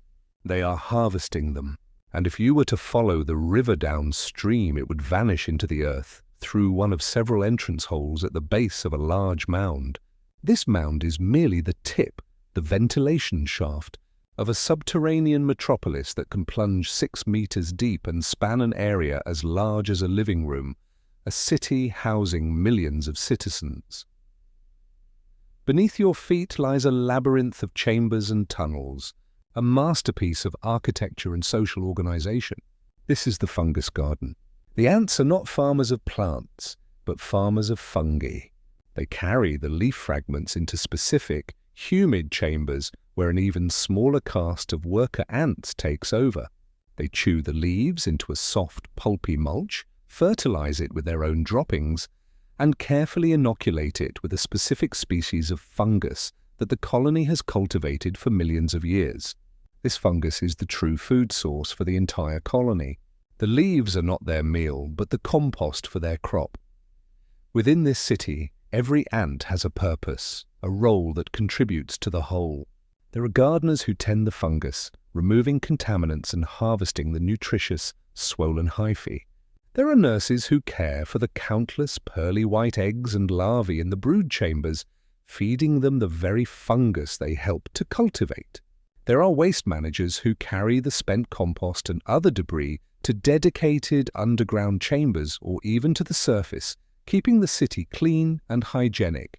It is a society built on cooperation, where the success of the individual is inextricably linked to the success of the collective. The air inside the nest is carefully regulated. The mound above ground acts as a lung, its porous structure and strategically placed tunnels allowing for the exchange of gases, ensuring the fungus gardens have just the right amount of oxygen and carbon dioxide. The constant rhythmic coming and going of the foragers themselves helps to ventilate the deep chambers. It is a living, breathing organism, the entire city functioning as a single, peaceful superorganism. This relationship with the fungus is one of ancient, symbiotic perfection. The ant colony and the fungus are completely dependent on one another. The fungus cannot survive without the ants to cultivate and protect it, and the ants cannot survive without the fungus for food. It is a partnership that has lasted for over 50 million years, a quiet, enduring agreement sealed deep within the soil. To witness a leafcutter ant colony is to see a society that has eliminated conflict through perfect organization. There is no chaos, only flow. There is no competition, only contribution. The constant rhythmic motion is not one of frantic anxiety, but of serene, purposeful activity. Each ant, from the largest soldier to the smallest gardener, moves with a quiet certainty, knowing its place in the grand design, trusting that its sisters are performing their own duties with the same dedicated calm. So, as you rest, let your mind be soothed by the rhythm of this peaceful city. Imagine your breath is the steady, gentle flow of ants, moving in and out of the nest, a constant, calming cycle. Let your thoughts be organized into quiet, purposeful chambers, each one with its own role, no longer chaotic or scattered. There is a place for everything, and everything is in its place. Feel a sense of deep, communal peace. You are part of a vast, interconnected system where every breath, every heartbeat contributes to a greater, harmonious whole. There is no need to struggle alone. You are supported just as you support others. The work is shared, the burden is light, and the purpose is clear. Breathe in and draw in the quiet order of the city. Breathe out and release any sense of internal disorder or conflict. You are safe within this deep, dark, peaceful earth. You are part of the colony, working in perfect, silent harmony. Rest in this profound, organized peace. Deep within the emerald embrace of the rainforest, a different kind of lifeblood flows. It is not the silent, hidden web of fungi, nor the bustling, organized trails of ants. This is a wide, languid river, a ribbon of reflected sky meandering with infinite patience through a world of towering green. It moves not with urgency, but with a deep, contemplative slowness, as if aware that the journey itself is the purpose, not the destination. Let your mind now drift to the river's edge. The air here is cool and carries a distinct freshness, a mixture of wet stone, clean water, and the rich, organic scent of waterlogged wood. The constant chorus of the forest is softened here, muted by the expansive presence of the water, replaced by a more spacious, gentle soundscape. The most prominent sound is the water itself, not a roar, but a soft, liquid whisper as it nudges against the bank, and a quiet, gurgling laugh as it finds its way around a half-submerged log. Look at the river's path. It does not run straight. It curves and loops, doubles back on itself in great, graceful oxbows, taking the longest possible route through the landscape. This meandering is not a flaw, but a feature of an ancient, mature river. It has all the time in the world. With every gentle curve, the current slows just a little more, allowing silt to settle, creating new sandbars and reshaping the banks. The river is not just flowing, it is thinking. It is dreaming its path into existence, one slow, curving thought at a time. The river is a master sculptor, but its tools are patience and softness. Over centuries, its persistent, gentle caress has carved channels and shaped the very land it flows through. It undercuts a bank here, causing a giant tree to eventually surrender its grip and fall into the water, where it will become a new habitat. It deposits rich, fertile silt there, building up a new shore where seeds can take root. The river is in constant, quiet conversation with the forest, giving and taking, shaping and being shaped. This slow-moving water is a sanctuary. The dark, tannin-stained water, like a cup of weak tea, is warm and nutrient-rich. It is a nursery for life.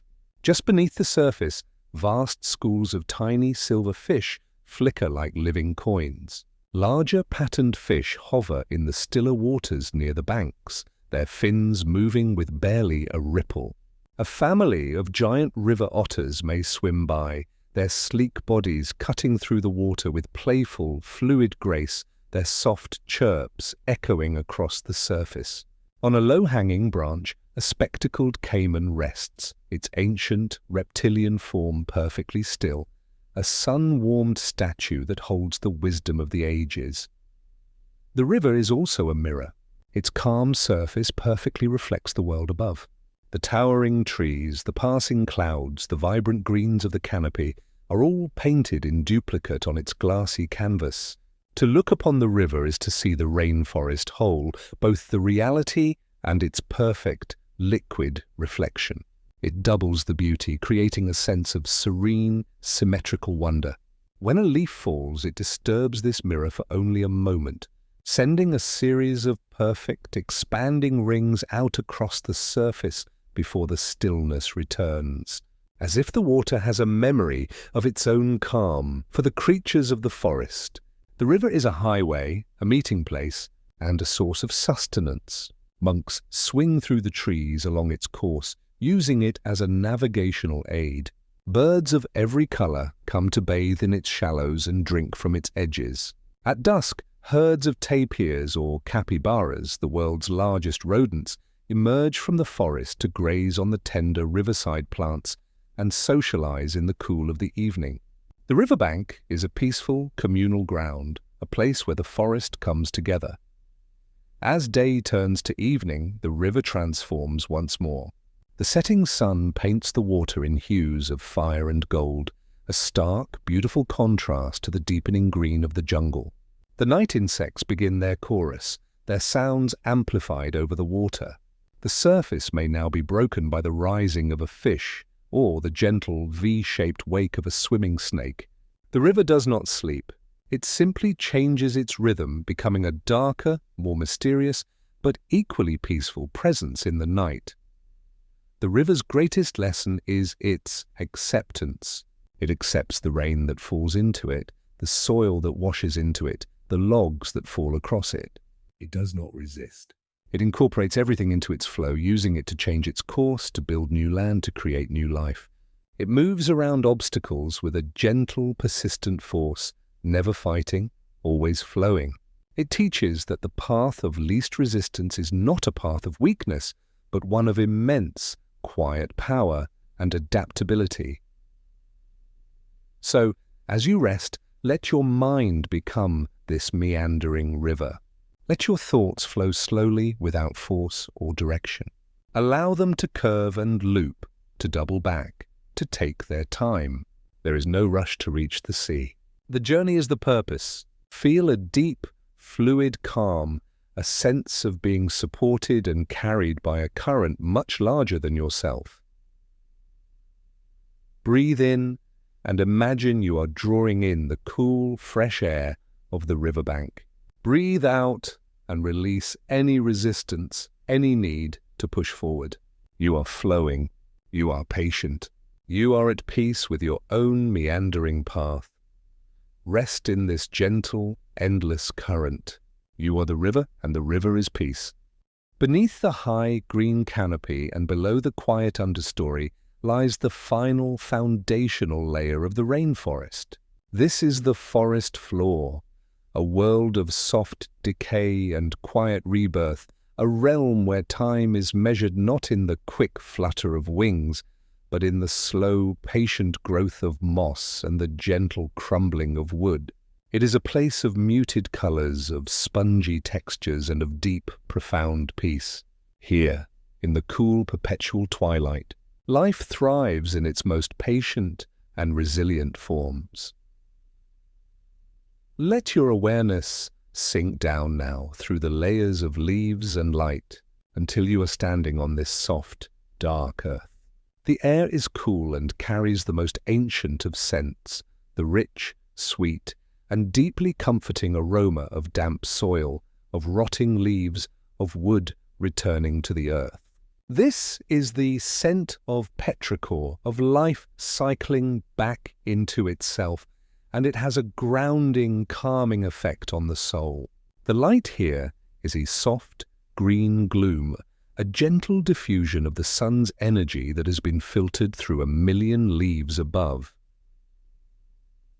Look down at your feet. The ground is not hard dirt, but a thick, spongy carpet. It is a tapestry woven from generations of fallen leaves, petals, twigs, and seeds, all in various stages of decomposition. This is the forest's memory bank, a living library of all that has grown above. With every step, the carpet yields silently, releasing that earthy perfume. This softness is a testament to the endless cycle of return, where every ending is a silent, gentle beginning, and everywhere there is moss. It is the velvet skin of the forest floor. It cloaks fallen logs in a thick emerald fur, transforming them into sleeping green giants. It paints the stones and rocks in soft, undulating patterns, making cold, hard surfaces feel warm and alive. To touch moss is to touch silence itself, is cool, damp, and astonishingly soft. It asks for nothing but moisture and a surface to cling to, and in return, it creates entire miniature worlds. Within a single square foot of moss, there may be thousands of tiny organisms, springtails, mites, tardigrades, a bustling metropolis on a scale we rarely perceive. This is the kingdom of the decomposers, the quiet, unseen workforce of the forest. Fungi, in the form of delicate, white mycelial threads, weave through the leaf litter like a subterranean neural network, breaking down complex materials into simple nutrients. Small organisms like isopods and millipedes, the gentle custodians of the floor, trundle slowly through the debris, chewing and digesting, turning waste into fertile soil. Their work is slow, methodical, and essential. They are the alchemists of the ecosystem, turning death into the fuel for new life. Life here is built not on competition for light, but on the efficient, peaceful recycling of energy. A seed that falls from the canopy does not land on barren ground. It lands on this nurturing mattress where it will be protected, kept moist, and eventually fed by the very decomposition happening around it. The giant tree that seems so independent owes its existence to the quiet, collaborative work of the forest floor.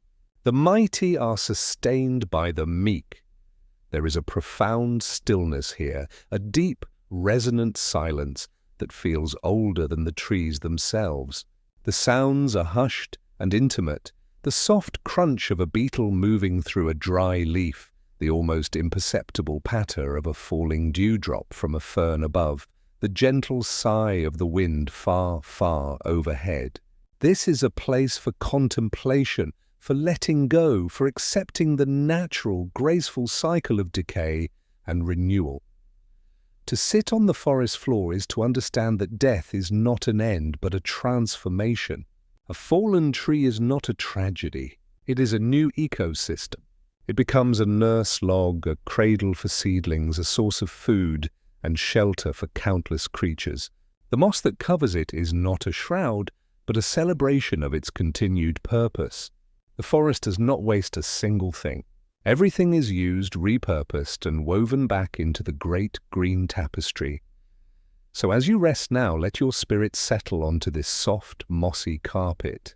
Feel yourself held by the earth, supported by the accumulated peace of centuries. Let your thoughts be like the fallen leaves, resting where they lie, no longer needing to cling to the branch. They will gently decompose, releasing their energy, making space for new, quiet growth. Imagine a soft, emerald moss slowly growing over you, not as a weight, but as a gentle, cooling blanket of peace. It covers your worries, your haste, your need to be anywhere else. It asks for nothing and gives everything, a deep, quiet, and profound sense of belonging to the cycle of things. Breathe in the cool, damp, earthy air. Breathe out and feel yourself returning to a state of simple, quiet being. You are part of this floor. You are part of the decay and the rebirth. You are part of the deep, moss-covered mystery. Rest here. There is no need to grow upward. Just be softly, quietly, and completely held in the gentle, eternal embrace of the forest floor. High in the canopy, where the sun dapples the bark of ancient trees and the rain falls as a gentle mist, life has found a way to exist without ever touching the soil. Here, nestled in the crook of a branch or clinging to the mossy side of a trunk, orchids live their patient, aerial lives. They are not parasites taking from the tree, but epiphytes, air plants, that use the tree merely as a foundation, a stage from which to reach the light. Their existence is a lesson in elegant self-reliance, a story of beauty born from patience, and a deep understanding of air and rain. Let your mind ascend once more into the green-gold light of the high canopy. Find a sturdy, sun-warmed branch, its surface rough with lichen and soft with moss. Here you will see them. Their roots are not buried, but exposed, sprawling over the bark like a tangle of grey-green veins. These are not roots for drawing water from the earth, but for grasping the air itself. They are covered in a spongy, silver-white tissue called velamen, which acts like a blotting paper, instantly absorbing moisture from the humid air, from the rain, and even from the morning dew. Everything about the orchid's life is a study in patience and efficiency. It grows slowly, conserving its energy. It may take years for a plant to store enough resources to even consider producing a flower. It does not rush. It waits for the perfect alignment of light, moisture, and time. Its leaves are often thick and leathery, designed to store water and withstand the sun, or sometimes long and graceful, designed to channel rainwater down to its waiting roots. It has learned to thrive on what the sky provides, making a home from nothing but light and air. And then, after years of quiet gathering, it offers its masterpiece, the bloom. The orchid flower is one of the most complex and breathtaking structures in the plant kingdom. It is not a simple circle of petals, but an intricate architecture of forms. There are sepals, petals, and a specialized lip, or labellum, often shaped like a pouch, a trumpet, or a delicate insect. This lip is a landing platform, a guide for the orchid's one specific pollinator. Some orchids look like female bees, luring males with their form and scent. Others mimic the appearance of mushrooms to attract fungus gnats. Each is a locked door, and evolution has crafted a single, living key. The colors are a quiet symphony. While some are vibrantly ostentatious, many canopy orchids display a more subtle palette, creams and pale greens dappled with burgundy, soft yellows freckled with brown, pristine whites that seem to glow with their own inner light. They do not need to shout to be seen. Their pollinators are attuned to their specific, subtle signals. Their fragrance, often released only at certain times of day or night, is equally specialized: a sweet perfume for a moth, a musty scent for a fly, a fragrance so precise it can attract a single species from kilometers away. Pollination is a precarious, beautiful dance. A single, specific bee or hummingbird must visit the flower, be perfectly guided by its structure, and have pollen packets called pollinia precisely attached to its body. It will then carry this genetic material to the next orchid of the same species, which could be a considerable distance away. For many orchids, this successful transfer is a rare event. It may only happen once in a plant's long life. This is why their strategy is not volume, but precision. It is a life of quality over quantity, of perfect, patient timing over frantic production. When the flower is finally pollinated, the patience continues. The orchid will slowly develop a seed pod, which, when ripe, will split open to release millions of dust-like seeds. These seeds have no stored food. They are tiny, fragile specks of potential. They drift on the wind, most destined to land in unsuitable places and perish. But a fortunate few will land on a branch with the right kind of moss, the right amount of light, and the presence of a specific fungus that will help it germinate.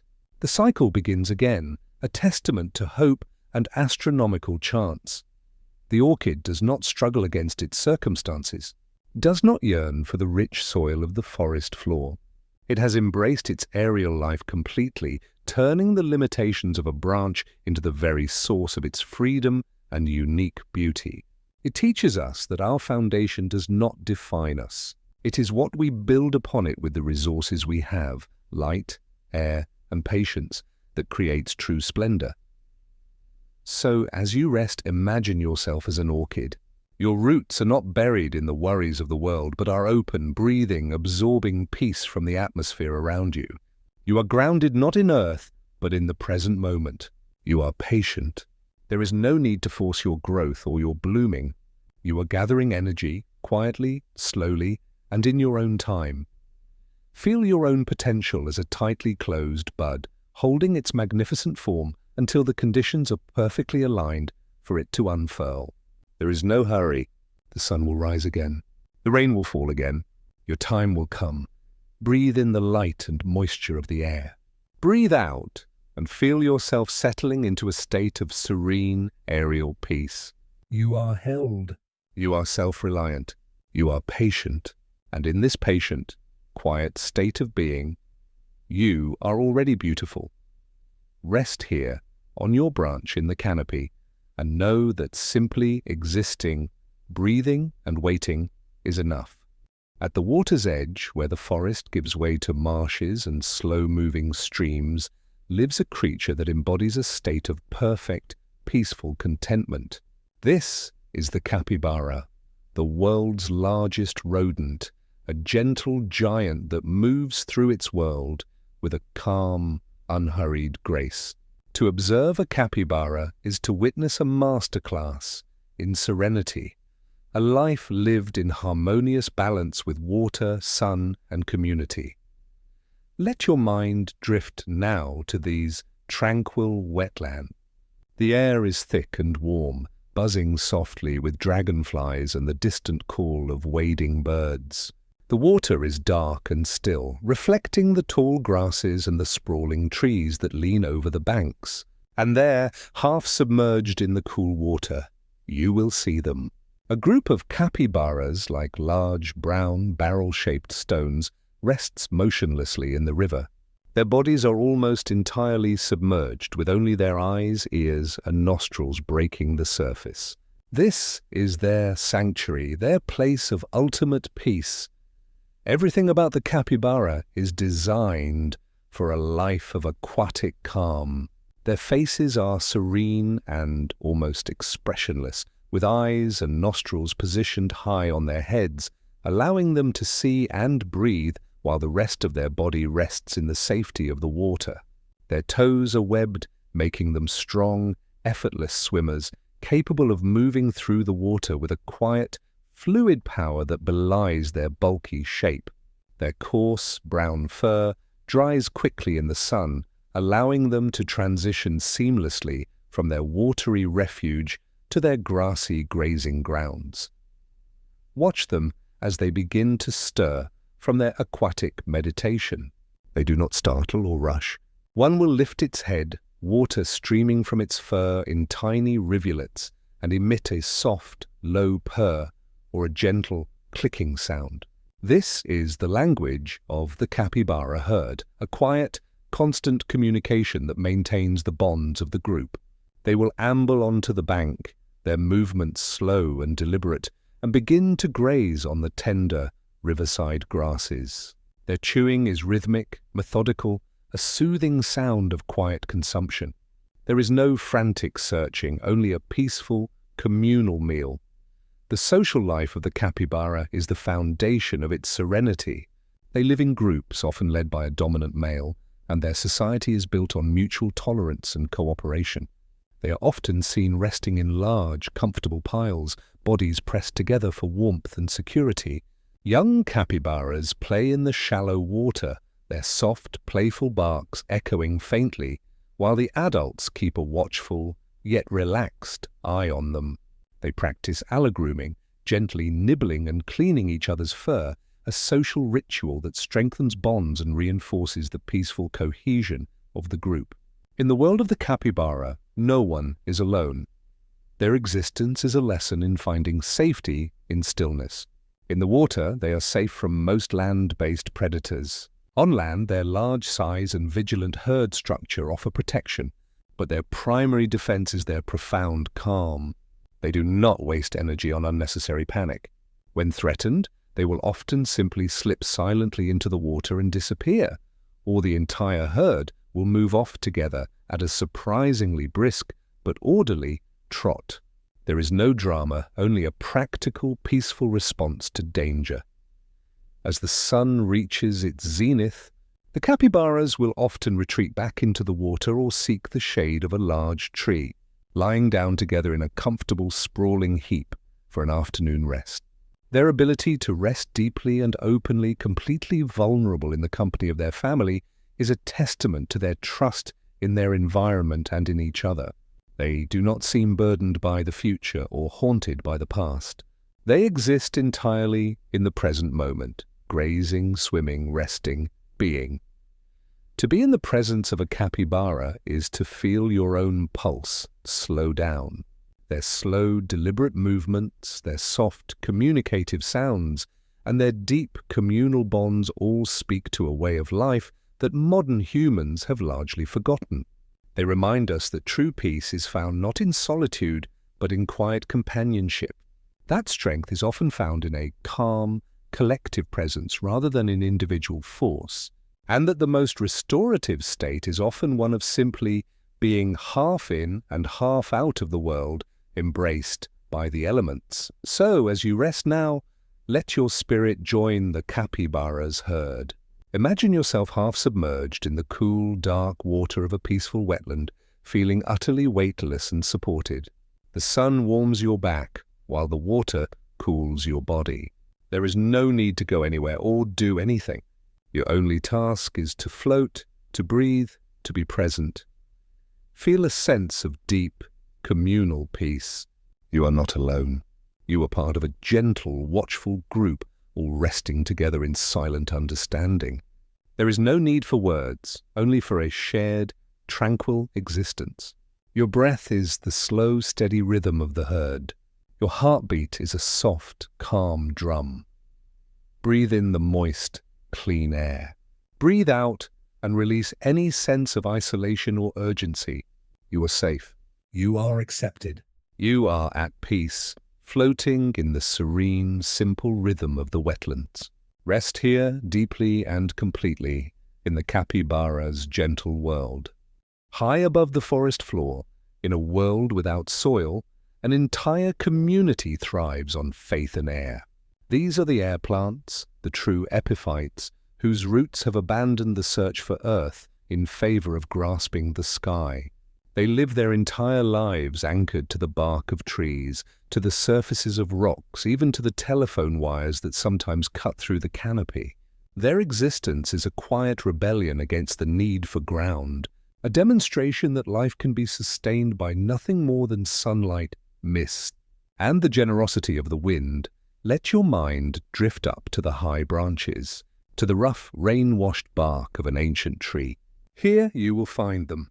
Some, like the bromeliads, grow in dramatic architectural rosettes, their stiff, arching leaves forming a perfect, living urn. Others, like the delicate tillandsias, appear as clusters of silvery green tendrils clinging to a branch like a soft, otherworldly moss. Their forms are as varied as the forest itself, but they all share the same fundamental truth. They are not fed by the earth, but by the atmosphere itself. Look closely at a bromeliad. Its central urn is not just a collection of leaves. It is a reservoir, a tiny suspended ecosystem. It catches the rain, along with dust, pollen, and decaying leaves that fall from above. In this miniature pond, life blossoms. Tree frog tadpoles may wriggle in its depths, mosquito larvae may develop, and tiny aquatic insects flit through the water. The plant itself drinks from this private well, and the decomposing matter at the bottom provides a slow, steady trickle of nutrients. It has created its own world, a self-contained paradise in the sky. The true masters of atmospheric living, however, are the tillandsias. Their leaves are often covered in tiny silvery scales called trichomes. These are not merely for decoration, they are the plant's lifeline. The trichomes are designed to open when damp, greedily absorbing moisture from the humid air, from the rain, and from the morning dew. When the sun is strong, the scales close, locking the precious water inside and preventing it from evaporating. They do not just drink water, they harvest it directly from the air itself, turning humidity into life. Their roots are an afterthought, serving only as anchors.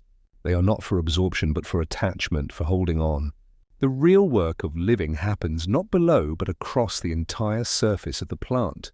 This is a life of radical openness, of being perpetually exposed to the elements yet perfectly adapted to them. They have no deep, hidden root system to retreat to. Their survival depends entirely on their ability to interface directly with the world around them, to catch the rain, to absorb the mist, to bask in the filtered light. This existence requires immense patience and resilience. An air plant grows with a slowness that is almost meditative. It may take years to reach a size noticeable to the human eye. It does not rush, for it cannot. It conserves its energy, waiting for the rain, waiting for the nutrients that the wind may bring. When it finally blooms, it is often a spectacular, singular event, a shock of vibrant pink, a flame-red spear, a delicate purple flower that seems too beautiful for its austere existence. It is the culmination of years of quiet gathering, a brief, brilliant celebration before the plant dedicates its remaining energy to producing pups, new offsets that will cling to the same branch and continue the cycle. The air plants are a testament to a different kind of wealth. They have traded the security of soil for the freedom of the canopy. They ask for very little, and in return, they are granted a bird's-eye view of the world, bathed in the pure, unfiltered light that the ground-dwelling plants below can only dream of. They teach us that sustenance can come from unexpected places, that we can be held not by the ground beneath us, but by the support we find along the way. They also embody a profound trust. They trust that the rain will come. They trust that the mist will rise. They trust that the wind will carry what they need. They do not hoard or struggle. They simply open themselves to the generosity of the sky, and the sky provides. So, as you rest, imagine yourself as an air plant. Feel your roots not as a tie to the earth, but as a gentle anchor, holding you securely in a place of peace. Your sustenance does not come from striving or digging deep, but from opening yourself to the atmosphere around you. Breathe in and imagine you are drawing in not just air, but life-giving moisture, peace, and calm directly from the environment. Your entire being is a surface for receiving grace. Breathe out and feel yourself clinging lightly to your perch, free from the weight of earthly concerns. You are held by the air itself. You are fed by the gentle, invisible abundance of the world. There is no need to struggle for your place. You already have it. Your only task is to be open, to be patient, and to trust that what you need will find you. rest in this state of open, airy peace. You are an air plant living on sunlight and mist, and you are perfectly, serenely enough. Stand in the heart of the rainforest, and the silence can feel profound. But this silence is an illusion. Beneath your feet, and through the very air you breathe, a constant, quiet conversation is taking place. The forest is not a collection of solitary individuals. It is a connected community, a network of beings in constant, subtle communication. The trees are whispering to one another, and their language is written in chemistry, electricity, and fungal threads. Let your awareness sink beneath the soft, leafy carpet of the forest floor down into the cool, dark soil. Here, in the darkness, lies one of the planet's most astonishing communication networks, the mycorrhizal network. Often called the Wood Wide Web, it is a vast, interconnected web of fungal filaments, or mycelium, that links the root systems of trees and plants across immense distances. Through this biological internet, trees do not merely coexist. They communicate, collaborate, and care for one another. Imagine a towering, ancient mother tree, a central hub in this quiet network. Through the fungal threads connecting her roots to others, she can send resources to those in need. A young seedling struggling in the deep shade where little sunlight penetrates can be sustained with sugars and nutrients sent by this older, established tree. It is a silent act of nurture, a quiet subsidy from one generation to the next, ensuring the continued health of the forest community. But the conversation is not only one of support, it is also one of warning. When a tree is attacked by browsing animals or by insects chewing on its leaves, it does not suffer in silent isolation. It releases chemical signals into the air, a silent, aromatic scream. Neighboring trees, detecting these chemical cues on the wind, receive the message. They understand the warning, and they begin preemptively producing defensive chemicals in their own leaves, making themselves less palatable to the approaching threat. It is a community-wide immune response, a shared defense system activated by whispers on the breeze. The language of trees is also electrical. When a tree is injured, it can send slow electrical pulses through its tissues, similar to the nerve impulses in animals, though much, much slower. This signal can travel from a damaged root or a broken branch throughout the rest of the organism, triggering defensive changes. While this is primarily an internal communication, it is part of the tree's ability to sense its environment and respond to it. A slow-moment thought process that we are only beginning to understand. This hidden conversation reshapes our understanding of the forest. It is not a scene of relentless competition, a war of all against all. It is a society. There is competition certainly for light and space, but it is balanced by a deep, underlying cooperation. Trees in a forest are often more successful and resilient when connected to this network than when they stand alone. Their roots are socially engaged. They can distinguish between the roots of their own species, their own kin, and the roots of strangers, sometimes directing more resources to their relatives. This silent, arboreal language is a testament to a different kind of intelligence, one that operates on a time scale of seasons and centuries, and on a physical scale of forests and fungal webs. It is an intelligence of connection, of community, of mutual aid. The trees are not solitary sentinels. They are family, they are neighbors, they are citizens of a shared leafy republic. For us, this knowledge invites a profound shift in perspective.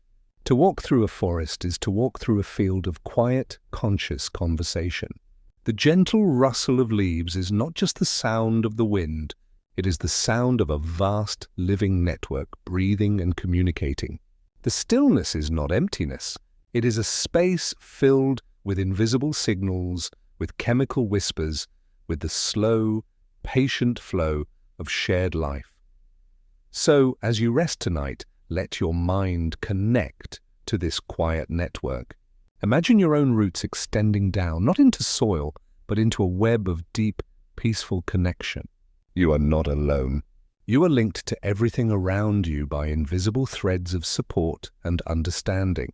Feel a sense of silent communal well-being flowing toward you and from you.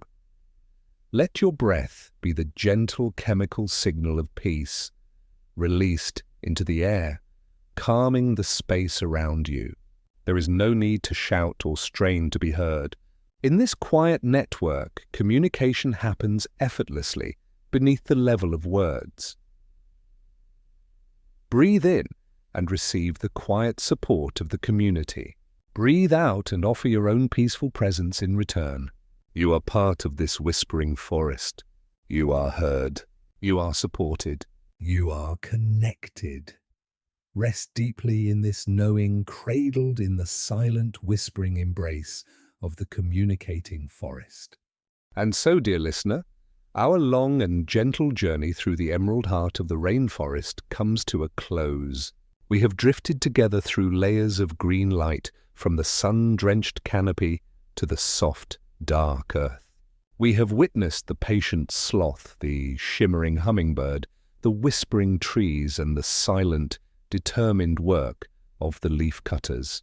We have listened to the chorus of frogs and felt the deep, ancient rhythm of the river. Each story, each fact, was a leaf on a great, sprawling tree, the story of life itself, resilient, interconnected, and endlessly beautiful. But this was never just a story about a distant foreign world. This is a story about home, for you in the quiet of your room are not separate from this green wonder. The air that now fills your lungs as you breathe slowly in, that air has passed through the leaves of the Amazon. The water that makes up most of your body has cycled through rainforest rivers, has risen as mist, and has fallen as rain. The carbon atoms in your cells were once part of 1,000 different lives, woven into the wood of trees, the flesh of fruits, the delicate wings of butterflies. You are not a visitor to this planet. You are a part of its living, breathing body. The rainforest is not a place on a map. It is a state of being. It is the patience of the sloth within you, the ability to still your mind and move at your own natural pace. It is the vibrant, brilliant energy of the hummingbird, the spark of joy and creativity that can flare up when you are nourished and safe.